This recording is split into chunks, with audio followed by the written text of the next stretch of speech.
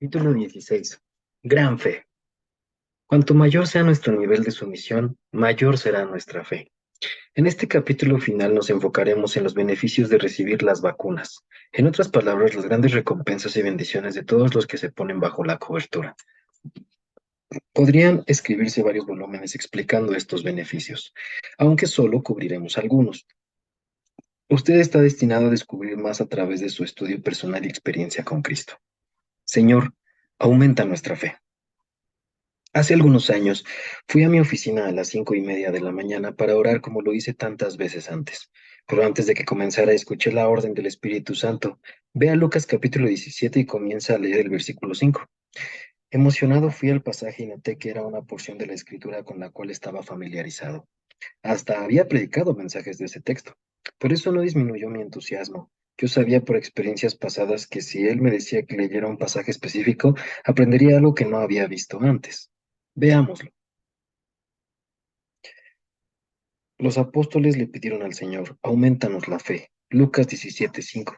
Antes de que discutamos lo que me mostró esa mañana, permítame señalar la razón por la cual estos hombres pidieron que se les aumentara la fe. ¿Acababa Jesús de levantar a un muerto? ¿Acababa de alimentar a 5,000 con unos pocos panes y pescados? ¿O acababa de calmar el mar hablándole? Las respuestas son no, no, no. Jesús les acababa de decir, mirad por vosotros mismos, si tu hermano pecare contra ti, repréndele, y si se arrepintiere, perdónale. Y si 7 veces al día pecare contra ti y 7 veces al día volviere a ti diciendo, me arrepiento, perdónale. Versículos 3 y 4.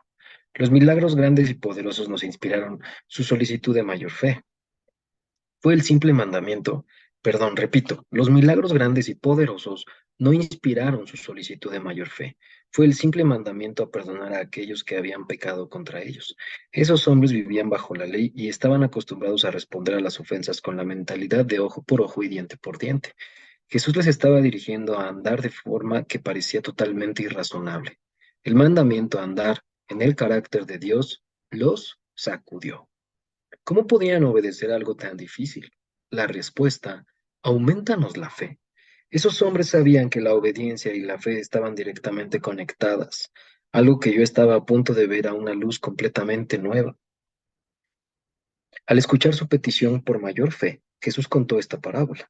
Si tuvieras fe como un grano de mostaza, podrías decir a este sicómoro, desarráigate y plántate en el mar, y os obedecería. Versículo 6. Yo sentí que lo entendí. Había enseñado algo similar y estaba familiarizado con la enseñanza de Jesús y de que debemos tener la fe de Dios y que si decimos a una montaña que se mueva y se arroje al mar sin duda, en nuestros corazones tendremos lo que decimos. Marcos 11 del 22 al 24. Eso no era nada diferente.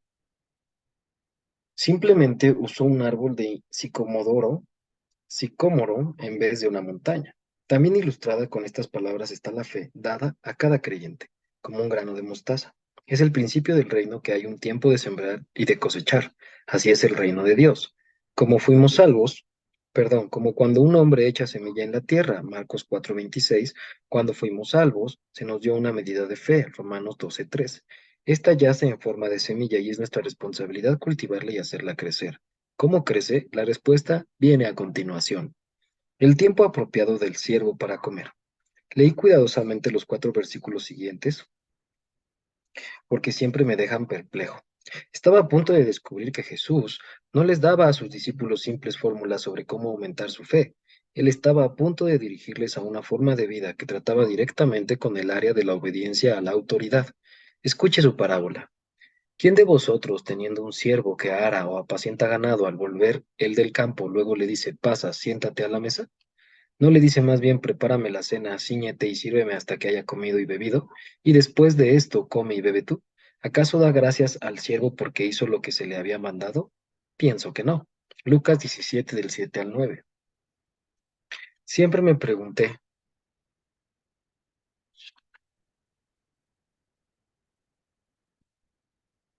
¿por qué el Señor aparentemente cambió de tema? Pasó de hablar sobre la fe que desarraiga árboles al protocolo de un siervo. Esto para mí no tenía sentido, pero esa mañana lo entendería. Leyendo estos versículos de nuevo y despacio, escuché a mi corazón para recibir su inspiración. De repente oí, ¿Cuál es el propósito máximo de un siervo que trabaja en tu campo? ¿Cuál es el propósito máximo de un siervo que apacienta rebaños? ¿Cuál es el resultado final? Pensé que por un momento, luego vino a mí, poner comida sobre la mesa. Capté lo que Jesús estaba comunicando. Si el máximo propósito de la labor de un siervo es poner la comida sobre la mesa de su empleador, ¿por qué comerían los siervos antes que su amo fuese servido? ¿No completaría él su trabajo primero? Por supuesto. Un trabajo no terminado puede ser tan malo como uno no iniciado. ¿Por qué arar sus campos y no comer? ¿Por qué cuidar de rebaños y no participar de la lana, la carne o la leche? Una vez que vi esto, leí la próxima declaración de Jesús. Así también vosotros, cuando hayáis hecho todo lo que os ha sido ordenado, decid, siervos inútiles somos, pues lo que debíamos hacer, hicimos. Lucas 17:10. Él nos devolvió el ejemplo. A medida que leí las palabras hecho todo y ordenado, saltaron de la página. Cristo conectó la obediencia de este siervo a su amo con nuestra obediencia a Dios. Al hacer esto, al hacer esto, dio tres puntos significativos relacionados al aumento de la fe. Uno, hay una conexión directa entre la fe y la obediencia con la autoridad. Dos, la fe aumenta solo cuando terminamos lo que se nos ha mandado hacer. Tres, una actitud de verdadera humildad es de gran importancia. Cuatro, discutamos cada uno de estos puntos en la escritura. Cinco, la conexión entre la fe y la obediencia con la autoridad. El primer punto, la conexión directa entre la fe y la obediencia, se ve en el encuentro de un oficial con Jesús en los Evangelios. Jesús entró a Capernaum y un soldado romano con el rango de centurión lo buscó. Este le rogó a Jesús que sanara a su siervo, que estaba paralizado y atormentado. Jesús respondió, yo iré y le sanaré. Mateo 8:7. El centurión interrumpió, Señor, no soy digno de que entres bajo mi techo, solamente di la palabra y mi criado sanará. Mateo 8:8. Jesús estaba dispuesto y listo para ir a la casa de este hombre, pero el soldado se sintió indigno y le rogó que no lo hiciera. Solo le pidió que diera el mandamiento desde donde estaba y su siervo sanaría. El centurión explicó sus razones, porque también yo soy hombre bajo autoridad y tengo bajo mis órdenes soldados, y digo a este ve y va, y al otro ven y viene, y mi siervo hace esto y lo hace. Mateo 8:9. Discutamos su posición. Había 6.000 soldados en una legión romana. Esta se componía de 60 centuriones que reportaban al comandante de la legión. Cada centurión tenía 100 soldados bajo su mando. El oficial romano le comunicó a Jesús que tenía el respeto y la sumisión de sus soldados porque estaba sometido a su comandante. Por tanto, tenía el respaldo de la autoridad de su comandante, que a su vez contaba con el de la autoridad de Roma. En términos simples le dijo, yo estoy bajo autoridad. Por tanto, tengo autoridad. Así que todo lo que tengo que hacer es decir la palabra y aquellos bajo mi autoridad responden de inmediato a mis órdenes. Él dijo, porque también yo. Reconoció que Jesús era un siervo de Dios bajo la autoridad de su rey. Por tanto, el soldado sabía que Jesús tenía la autoridad en el plano celestial del mundo espiritual, tal como él tenía autoridad en el ambiente militar. Entendía que todo lo que se necesitaba era dar la orden, y la enfermedad tendría que obedecer, tal como aquellos bajo su autoridad se apresuraban cuando él les ordenaba algo. ¿Cómo respondió el maestro? Al oírlo Jesús se maravilló y dijo a los que le seguían, de cierto os digo, que ni aun en Israel he hallado tanta fe. Mateo 8:10.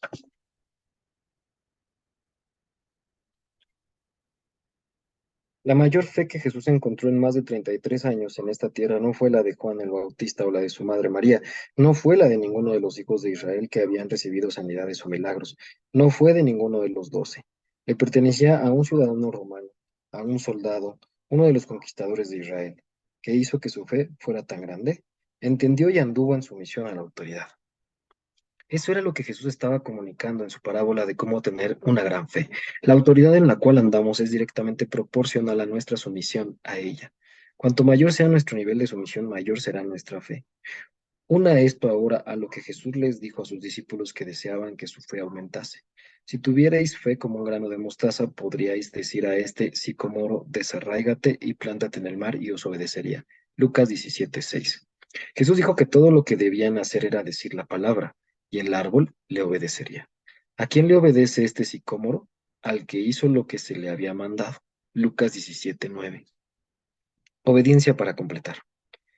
El segundo punto principal que Jesús comunicó es que la fe aumenta a medida que completamos lo que se nos ha mandado hacer. Sus palabras exactas fueron, así también vosotros, cuando hayáis hecho todo lo que os ha sido ordenado. El siervo es responsable de llevar a cabo y completar la voluntad de su amo. no simplemente una porción o parte de ella.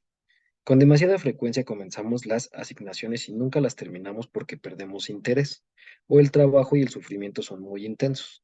El siervo verdadero y fiel termina el proyecto sin importar la dificultad o los obstáculos. Él trabaja los campos, trae el fruto de su labor a su amo y prepara la comida. Sus acciones representan la verdadera obediencia. Abraham es llamado el padre de nuestra fe, Romanos 4 del 11 al 12. Él no tenía hijos. Dios se le apareció a la edad de 75 años y le prometió que tendría un hijo, a través del cual sería el padre de muchas naciones. Luego de años de espera y obediencia, Abraham tuvo el hijo prometido, a los 100 años. Dios permitió que Abraham se encariñara con Isaac. Una vez que su amor estuvo fuerte, Dios lo probó mandándolo a que tomara a su hijo Isaac, lo llevara a la tierra de Moria y que lo matara allí como una ofrenda. La escritura dice, y Abraham se levantó muy de mañana, Génesis 22:3. Note su obediencia inmediata. Algunas personas lo piensan por días, semanas, meses y a veces hasta años contemplando si deben o no obedecer a Dios. Les falta un temor santo, lo cual es la razón por la cual no tienen gran fe. Una vez que sabemos que Dios ha hablado, debemos responder de inmediato. Si se trata de un cambio grande en nuestra vida, sin embargo, es sabio buscar confirmación con las autoridades que están sobre nosotros. Le tomó a Abraham 3 días para llegar a Moria. Este viaje de 3 días les dio tiempo para pensar las cosas. Si se iba a devolver, lo hubiera hecho entonces, pero no lo hizo. Abraham continuó hasta la cima de la montaña y amarró a su hijo único sobre el altar que construyeron juntos. Él levantó el cuchillo para matar a Isaac, cuando el ángel del Señor lo detuvo. No extiendas tu mano sobre el muchacho ni le hagas nada, porque ya conozco que temes a Dios. Génesis 22:12. Abraham obedeció por completo. No se detuvo antes de terminar, aunque se trataba de entregar lo más importante en su vida, su hijo Isaac, su heredero, su esperanza, su promesa de Dios. La muerte de Isaac representaba dar su propia vida. Abraham probó que su pasión por la obediencia era más fuerte que su deseo por las promesas. Debemos tener esta resolución en nuestros corazones también. Oh Señor, levanta una generación de estos hombres y mujeres hoy. Como resultado, Dios habló.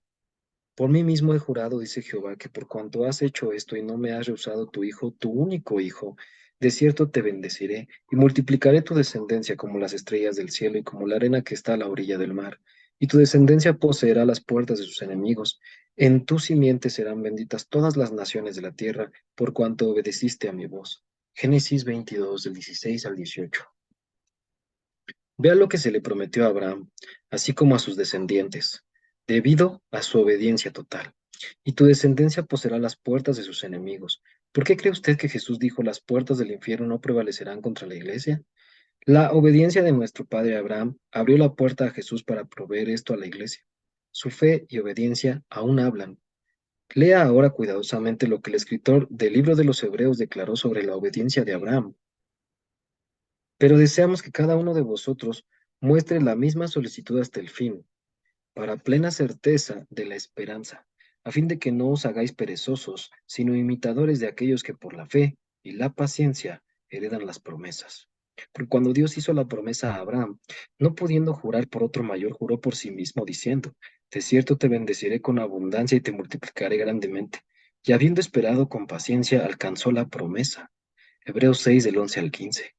Abraham fue diligente hasta el fin, obedeció todo hasta completarlo, perseveró con paciencia. Compare sus actos de obediencia con el comportamiento del rey Saúl, discutido en un capítulo anterior. Él fue diligente para ir a la guerra y completar más de 99% de lo que se le ordenó. Perdonó solo a una fracción de lo mejor y razonó que era para el Señor. Lo fundamental es lo siguiente.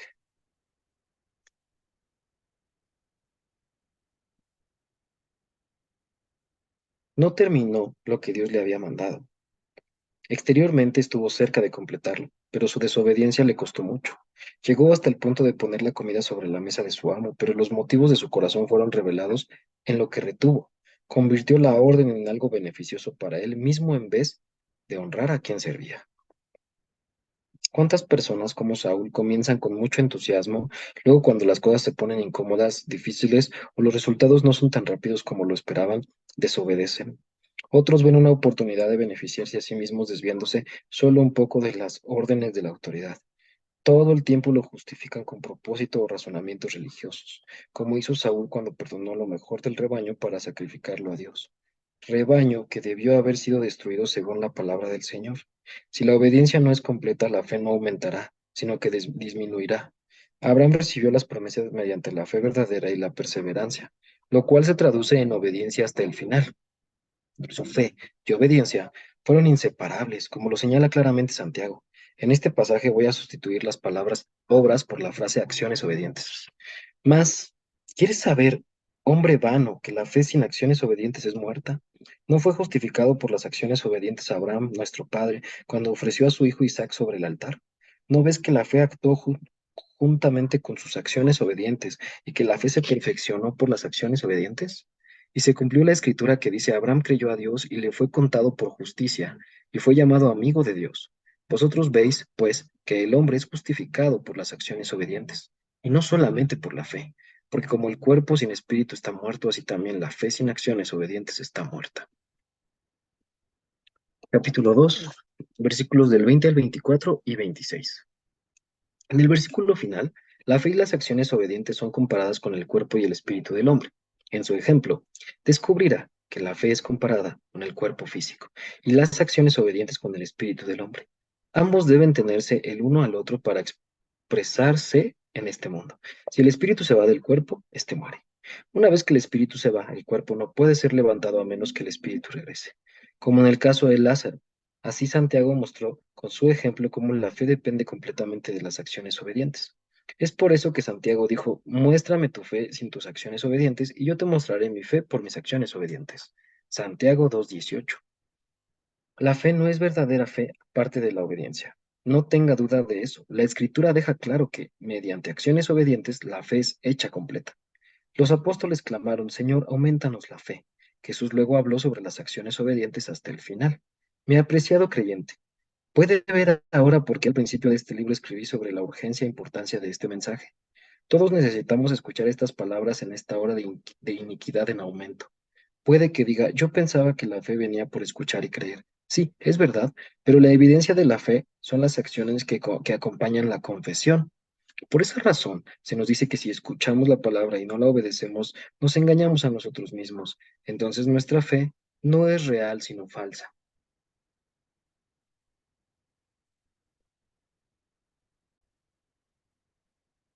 Gran confianza en la fe. Esta verdad se observa de nuevo cuando el apóstol Pablo describe a las personas que sirven en la iglesia. Y estos también sean sometidos a prueba primero, y entonces ejerzan el diaconado, si son irreprensibles. Primera de Timoteo 3:10. Un diácono no es un líder, sino alguien que ejecuta las órdenes de otro. W. E. Vine dice que la palabra griega para diácono denota principalmente un siervo, y continúa diciendo que identifica a alguien bajo la autoridad de otro. Pablo nos dijo que una vez que los diáconos sirvan fielmente, su obediencia los coloca en posición para lo siguiente, porque los que ejerzan bien el diaconado ganan para sí un grado honroso y mucha confianza en la fe que es en Cristo Jesús. Primera de Timoteo 3:13. Dos cosas son prometidas a los siervos que Jesús describió en nuestra parábola inicial. Uno, buena reputación, lo cual incluye promociones espirituales, Salmo 75:7. Y dos, gran fe para aquellos que obedecen completamente. La fe y las acciones obedientes son vistas como inseparables y dependen una de la otra en las Escrituras. Los ejemplos abundan en toda la Biblia. La fe de Abel fue revelada por su obediencia y su testimonio aún habla miles de años después, Hebreos 11:4. La fe de Enoc, manifestada por la obediencia, hizo que anduviera con Dios y luego que fuera tomado y escapara de la muerte. La fe de Noé fue evidenciada por su obediencia y la salvación provista por su familia, mientras condenó a un mundo completamente saturado por el pecado. La fe de Abraham, la cual fue evidenciada por su obediencia, le hizo padre de muchas naciones. La fe de José, manifestada por su obediencia, trajo salvación a su familia. La fe de Josué y Caleb, mediante su obediencia, les garantizó una herencia en la tierra prometida. Josué fue el siervo fiel de Moisés y llegó a ser su sucesor. Lideró a la nueva generación a la tierra prometida con leche y miel. Rahab la prostituta no fue justificada por obras cuando recibió a los mensajeros y los envió por otro camino. Santiago 2:25. Su obediencia salvó a toda su familia. Era la evidencia de que tenía fe verdadera. La obediencia de Ana y su actitud sumisa al sacerdote que la insultó abrió el vientre que proveería el avivamiento para la nación. La obediencia de David de no atacar a su líder le hizo un gran rey con un corazón en pos de Dios, no en pos de las órdenes de Saúl. Daniel, Sadrach, Mesach y Abednego obtuvieron por su obediencia gran favor con Dios y con el rey. ¿Y qué más digo? Porque el tiempo me faltaría contando de Gedeón, de Barak, de Sansón, de Jefté, de David, así como de Samuel y de los profetas, que por fe conquistaron reinos, hicieron justicia, alcanzaron promesas, taparon bocas de leones, apagaron fuegos impetuosos, evitaron filo de espada, sacaron fuerzas de debilidad, se hicieron fuertes en batallas, pusieron en fuga ejércitos extranjeros. Las mujeres recibieron sus muertos mediante resurrección, mas otros fueron atormentados, no aceptando el rescate a fin de obtener mejor resurrección. Otros experimentaron vituperios y azotes, y a más de esto, prisiones y cárceles. Fueron apedreados, aserrados, puestos a prueba, muertos a filo de espada, anduvieron de acá para allá cubiertos de pieles de ovejas y de cabras, pobres, angustiados, maltratados, de los cuales el mundo no era digno, errando por los desiertos, por los montes, por las cuevas y por las cavernas de la tierra, y todos estos, aunque alcanzaron buen testimonio mediante la fe, no recibieron lo prometido. Hebreos 11 del 32 al 39. El escritor a los Hebreos combinó la fe con las acciones obedientes. Estas son inseparables. Si la fe fue dada solo para recibir milagros, entonces ¿por qué incluiría a aquellos que vagaron en el desierto y las montañas, afligidos y atormentados? Esos hombres y mujeres terminaron bien, obedecieron hasta lo último. Esto es fe verdadera. Si usted desea gran fe, obedezca la autoridad de Dios, sea directa o delegada hasta el final. Su fe es directamente proporcional a su obediencia. La protección de la humildad. El último punto que Jesús imprimió en sus discípulos fue mantener una actitud de humildad.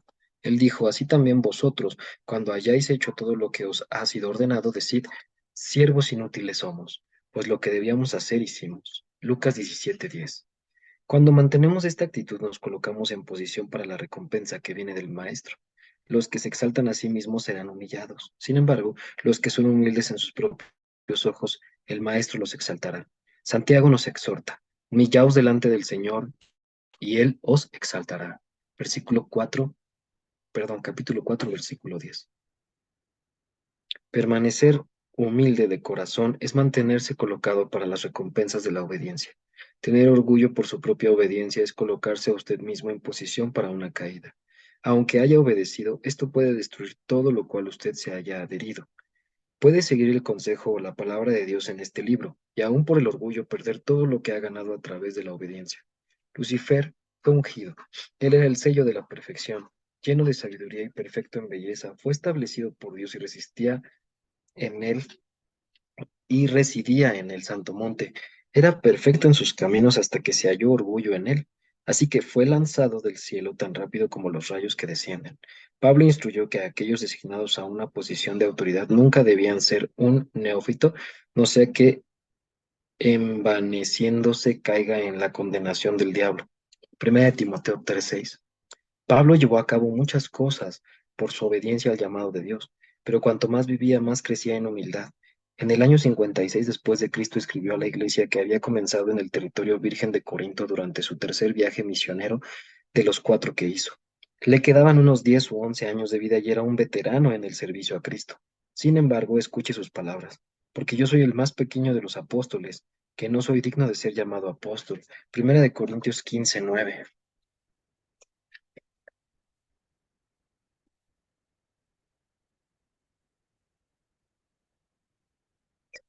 ¿Capta la humildad de sus palabras? Ni siquiera que se consideraba digno del título apóstol. Quiero señalar algo. Esta no es falsa humildad. La humildad falsa sabe cómo usar palabras políticamente correctas para parecer humilde. Aunque no haya humildad de corazón o de mente, es engañosa y falsa. Pero al escribir bajo la inspiración del Espíritu Santo, el hombre no puede mentir. Así que cuando Pablo dijo que era el último de los apóstoles, no estaba usando palabras políticamente correctas, expresó una verdadera humildad. Ve ahora la siguiente declaración de Pablo. He trabajado más que todos ellos, pero no yo, sino la gracia de Dios conmigo. Primera de Corintios 15:10. He trabajado más que todos los otros apóstoles. Un momento, ¿se estaba enorgulleciendo Pablo? Ese comentario suena arrogante, pero no lo es. Esto precede a otra declaración de la dependencia de Pablo. Él siguió esta autoevaluación como el último de los apóstoles. cual reconocimiento de que todo lo que había hecho lo hizo solo por la gracia de Dios. Él estaba completamente consciente de que todo lo que había alcanzado espiritualmente venía de la habilidad que Dios le concedió. La autodescripción de Pablo como el más pequeño de los apóstoles es difícil de aceptar. En su día y a través de la historia de la Iglesia, él ha sido estimado como uno de los apóstoles más grandes. Considere ahora lo que les dijo a los efesios en el año 62 después de Cristo, unos 4 o 5 años antes de su muerte. En esos años, desde que escribió Primera de Corintios, hizo más que en cualquier otro periodo de su vida y se describió así: a mí, que soy menos que el más pequeño de todos los santos, me fue dada esta gracia de anunciar entre los gentiles el evangelio de las inescrutables riquezas de Cristo. Efesios 3:8. Años antes se había llamado a sí mismo el más pequeño de los apóstoles, y aquí se describió como el más pequeño de todos los santos. ¿Cómo? Si alguien se puede enorgullecer de su cristianismo y liderazgo es Pablo. Pero cuanto más servía al Señor, más pequeño se veía a sí mismo. Su humildad creció progresivamente. ¿Sería por eso que la gracia de Dios sobre su vida aumentó proporcionalmente a medida que envejecía? ¿Sería por eso que Dios le reveló sus caminos tan íntimamente a Pablo que aún dejaba perplejo al apóstol Pedro? Segunda de Pedro 3 del 15 al 16. El salmista declaró: enseñará a los mansos su carrera. Salmo 25:9. A la luz de esto será esa la razón por la cual Moisés conocía los caminos de Dios también. El hombre a quien Dios describió como muy manso más que todos los hombres que había sobre la tierra, Números 12:3, tal vez ambos conocían el secreto para obtener gran fe en Dios que muy pocos han aprendido. Al final de la vida de Pablo, alrededor del año 64 al 66 después de Cristo, envió 2 cartas a Timoteo en las que se describe a sí mismo, palabra fiel y digna de ser recibida por todos, que Cristo Jesús vino al mundo para salvar a los pecadores, de los cuales yo soy el primero. Primera de Timoteo 1:15. Se llamó a sí mismo el primero de los pecadores. Note que no dijo fui el primero. No, luego de años de grandes logros, su confesión no fue lo he hecho todo y mi gran ministerio debe ser estimado. Ni tampoco se enorgulleció diciendo, he hecho una gran obra y merezco el respeto de un verdadero apóstol. Tampoco escribió, soy el más pequeño de los apóstoles, como lo hizo años atrás. Tampoco escribió, soy el más pequeño de todos los santos. Él declaró, de todos los pecadores yo soy el primero. Aunque entendió que en Cristo Él era la justicia de Dios, segunda de Corintios 5:21, entendió que en Cristo Él era la justicia de Dios, nunca perdió de vista la gracia y la misericordia divinas. De hecho, cuanto más vivía, más dependía de la gracia de Dios. Su actitud continuamente comunicaba, soy un siervo inútil, solo he hecho lo que se me ha mandado. Eso explica la otra declaración de Pablo hacia el fin de su vida. Hermanos, yo mismo no pretendo haberlo ya alcanzado, pero una cosa hago, olvidando ciertamente lo que queda atrás y extendiéndome a lo que está delante. Prosigo a la meta, al premio del supremo llamamiento de Dios en Cristo Jesús. Filipenses 3 del 13 al 14. ¿Puede captar la humildad en sus palabras? Todavía no lo he alcanzado y lo he logrado. Lo dejo atrás en mis pensamientos. Declaró que sus logros eran nada. Comparado con su meta de conocer completamente a Cristo Jesús, recuerde que Dios se revela a sí mismo a los humildes. Pablo dijo, prosigo a la meta. Proseguir significa que experimentó resistencia y oposición. Uno de los grandes oponentes al llamado celestial es el orgullo. A medida que estudiamos la vida de Cristo, hallamos que no aceptó alabanzas, sino que las dirigió hacia su Padre. Incluso les dijo a aquellos a quienes habían sanado que no dijeran lo que había ocurrido al público, sino que le dieran la gloria a Dios. El joven rico le dijo a Jesús, Maestro bueno, pero Jesús le respondió rápidamente que no había nadie bueno sino Dios. ¿No era él el Hijo de Dios? ¿No era bueno? Absolutamente. Pero no aceptaba la alabanza del hombre, solo deseaba la gloria de su Padre. Sin embargo, la virtud en la cual se glorió fue la humildad. Él dijo, llevad mi yugo sobre vosotros y aprended de mí, que soy manso y humilde de corazón, y hallaréis descanso para vuestras almas. Mateo 11:29. El amor de Dios produce humildad verdadera. Leemos que el amor no tiene envidia, el amor no es jactancioso y no se envanece. Primera de Corintios 13:4. El orgullo busca lo suyo, el amor no. El orgullo desprecia cualquier obediencia que no beneficie su propia agenda. El amor busca la gloria de aquel a quien sirve. Nosotros obedecemos porque amamos, deseamos el éxito porque queremos que Él sea honrado, deseamos verlo glorificado. Tal vez fue por eso que Pablo dijo, y si tuviese toda la fe de tal manera que trasladase los montes y no tengo amor, nada soy. Primera de Corintios 13:2. Cumpla su destino. Somos llamados a producir fruto y a ser victoriosos para nuestro Dios. Solo cuando andamos en sus caminos podemos verdaderamente traer honra a su glorioso nombre. Mi oración es que usted vea este mensaje como para su beneficio y para la gloria de Dios. Apegarse a su palabra puede parecer necedad para el proceso de razonamiento, pero no, dijo él, agradó a Dios salvar a los creyentes por la locura de la predicación. 1 Corintios 12:1. Por otro lado se nos dice, porque lo insensato de Dios es más sabio que los hombres. 1 Corintios 1:25. Recuerde, debemos derribar argumentos y toda altivez que se levanta contra el conocimiento de Dios y llevando cautivo todo pensamiento a la obediencia a Cristo. 2 Corintios 10:5. El razonamiento que contradice a la obediencia es orgullo. Este resiste el consejo de Dios, no reconoce la palabra de Dios como la autoridad final. Como hemos visto a través de este libro, esto es peligroso. Dios desea un pueblo en estos días que ande en gran fe, autoridad y confianza. Ellos serán aquellos de quienes Pablo dijo, estando prontos para castigar toda desobediencia, cuando vuestra obediencia sea perfecta. 2 Corintios 10:6. El tiempo es corto, así que debemos ser efectivos. La obediencia nos mantiene eficientes. Cuando nací de nuevo, era muy activo, pero corto en obediencia. Yo era ineficiente, sin decir que a veces era contraproducente. Cuanto más crecí, más me di cuenta que aunque mi diligencia en obedecer no siempre parecía productiva, al final resultó ser efectiva. Su destino en Dios está ante usted. Si elige la obediencia, elige cumplir su destino. Nada ni nadie puede detenerle. Por años las cosas parecían grises para David, lo mismo para José y también Moisés, así como para Josué, igual con Ana, para Noé, Esther y el resto de los patriarcas. Pero recuerde, hay un salón de la fama para aquellos que cumplen su destino, y estos que acabo de mencionar están allí. Dios está buscando hombres y mujeres en estos últimos días para añadir a la lista de patriarcas a ser honrados en el tribunal de Cristo. Mi oración es que podamos estar entre esos que cumplen la comisión de dar gloria a nuestro maravilloso Señor.